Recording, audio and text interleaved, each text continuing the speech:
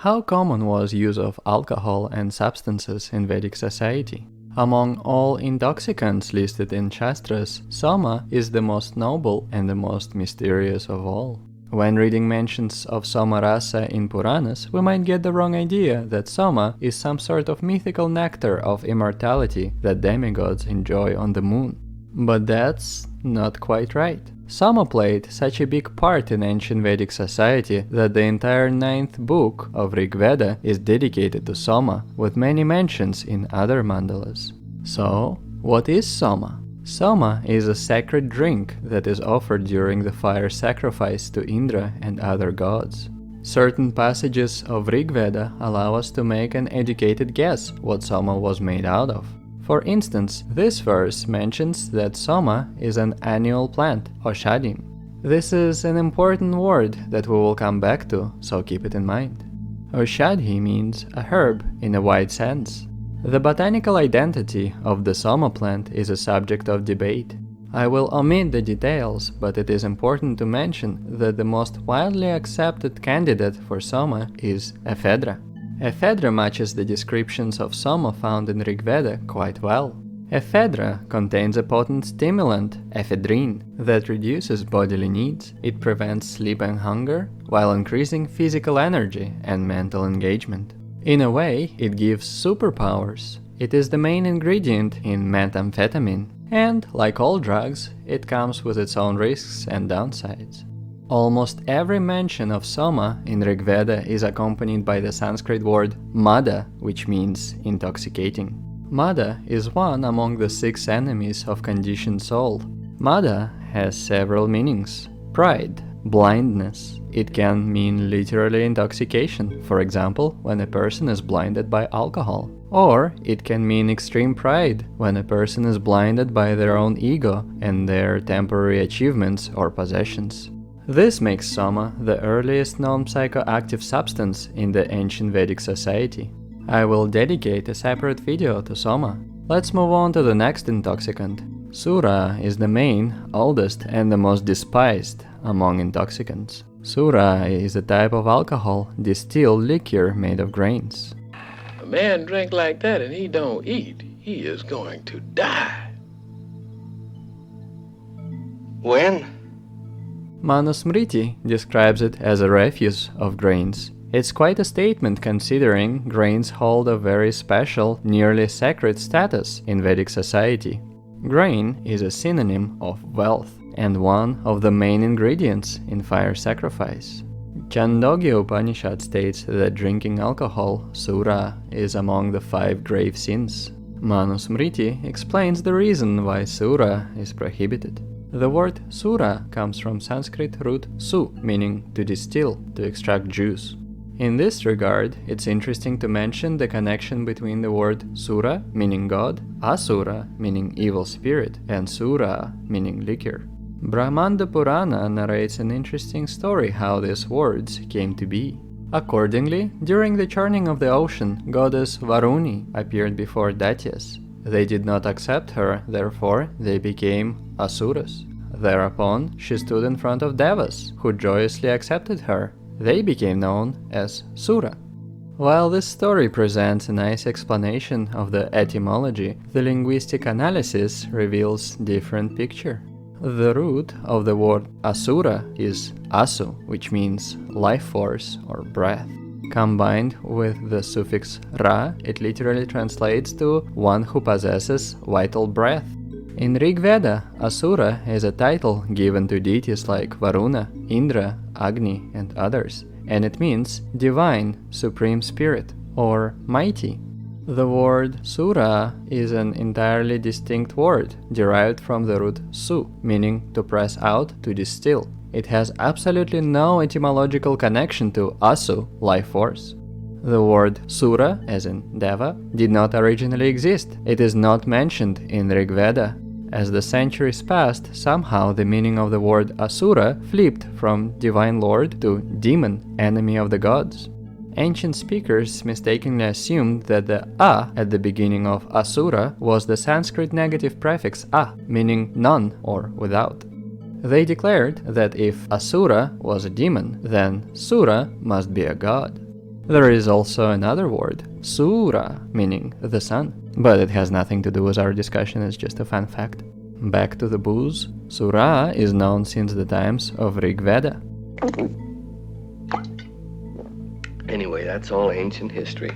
The next item on the list is a ghost of marijuana. You see, during my research, I discovered something forbidden, something they don't want you to know. People famously quote Atharva Veda 11.6.15 as the earliest source that mentions cannabis. Articles like to say that cannabis here is listed among 5 sacred plants that relieve us from anxiety. This idea is so widespread that even scholarly papers are often make the same claim. People just quote each other without checking the original source. So, what's the twist? If we examine the text, we find that this entire hymn is dedicated to invoking various forces and phenomena of nature, asking them for protection. Among them, the sun and moon, day and night, water and wind, animals and plants, gods and demons. You get the idea. The 15th verse mentions Soma, Darba or Kusha grass, Yava, which means barley. Both are very important plants. What about bhanga? In modern India, bhanga is one of the words used for marijuana. The connection is clear, right? Wrong. First problem is that the word used here is bhanga, male noun. It has to take a feminine form, bhanga, to denote cannabis. The bigger problem is that this word is not mentioned in relation to plants for another 2000 years. If this was a plant of such importance, why would it not be mentioned in Puranas and elsewhere? Yeah, I was surprised too. We all know how unbreakable, get it, bhanga? Which is unbreakable. Which is unbreakable. Excuse me, I must use the restroom. The connection of Lord Shiva and cannabis is. Well, turns out that this connection only came to existence after the 10th century, or about 1000 years ago. Not only Mahadev has nothing to do with cannabis, apparently cannabis wasn't even introduced to India until around 10th century CE. To make it so much easier, I will expand upon it in a separate video specifically dedicated to this topic to show you my research and analysis in detail. If that's surprising, allow me to mention that many everyday items of India were introduced much later. Among them, tea, hot chili pepper, potatoes, tomatoes, coffee, tobacco, and of course, opium, among many others. Remember the word I mentioned earlier, Oshadhi? This is how Smriti defines it. Oshadhi is a broad category of plants that include grains, medicinal herbs, and so on. According to Yoga Sutra by Patanjali, chapter 4, verse 1, Oshadhi is one of the sources of Siddhi, perfection. In other words, you can achieve Siddhi through plants. What is understood by Siddhi in this context? Siddhi means mystic perfection acquired by yoga practice. They are described in the 3rd chapter of Yoga Sutra. Some examples are knowledge of the past and the future, ability to remember past incarnations, ability to control heat and cold, hunger and thirst, supernatural strength, incredibly long life, and so on. So you can achieve mystic perfection through herbs alone? Apparently. Medicine can prolong our life, heal disease, boost immunity, and so on. After all, you have to be healthy to practice yoga. You have to get rid of impurities to achieve perfection. Food, herbs, drugs have tendency to alter the state of our body. They can kill us or make us healthier. So Oshadhi does not necessarily mean psychoactive drugs, although many people love to interpret it this way. Either way, I thought that it is important to mention this passage, even though it is not quite clear what kind of herbs are implied here. More important is that these mystical powers, siddhis, are considered an obstacle to obtaining Samadhi, which is the ultimate stage on the path of yoga. Samadhi is defined in chapter 3, verse 3 of Yoga Sutra. Samadhi is a state of stillness that ultimately leads to complete knowledge and liberation. Patanjali goes to say that only the mind transformed by meditation, dhyana, is free from creating new karmic traps and attachments. In other words, while herbs can temporarily alter our body and mind, the effect will inevitably wear off and we will experience the previous stage of being. One cannot skip the foundational steps of yoga like yama and niyama and hope to achieve some sort of spiritual perfection or enlightenment just by using drugs. Mystical powers are mere byproducts of practice of yoga, just like enlightenment is mere byproduct of bhakti. The goal of yoga is to discipline and steady your mind until it reaches the state of stillness and absolute knowledge. In this sense, taking psychoactive drugs like LSD and so on does the opposite. One day, I will make video about this as well. Now we're entering the final part of the video. I was not able to find any direct evidence that psychoactive substances are forbidden for consumption. Furthermore, there are barely any instances of consumption of drugs in Puranas. Cannabis is not mentioned in Puranas because Puranas were written before cannabis was introduced to India. Mushrooms are considered dirty and unfit to be eaten. There is a toxic plant called Dhattura, also known as thorn apple, which was definitely known in ancient India. Shiva loves Dhattura flowers. But I could not find any description of consuming it on purpose. The one application I found is described in Kama Sutra 7.1.25, where it is used as anointment for penis prior to sexual intercourse.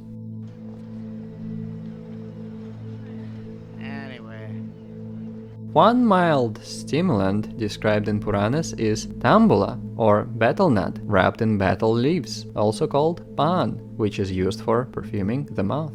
Betel nut is similar to tobacco. Both are powerful addictive substances that act on the nervous system. Betel leaves are not psychoactive, they are the primary component for refreshing the mouth, but they are usually consumed together with betel nut. Tāmbūla is a great offering, according to Puranas. Among others, Krishna loves Tāmbūla. This passage is especially interesting in this regard. Not only it mentions Tāmbūla, but also Sudha Asava. Sudha is translated as nectar, sometimes having meaning wine. Asava refers to type of non-distilled, naturally fermented liquor made of herbs or from sugar or molasses. Shiva Purana mentions this beverage in the context of marriage ceremony. However, Smriti declares this kind of liquor, asava, as well as Surā, to be unfit for consumption by brahmanas.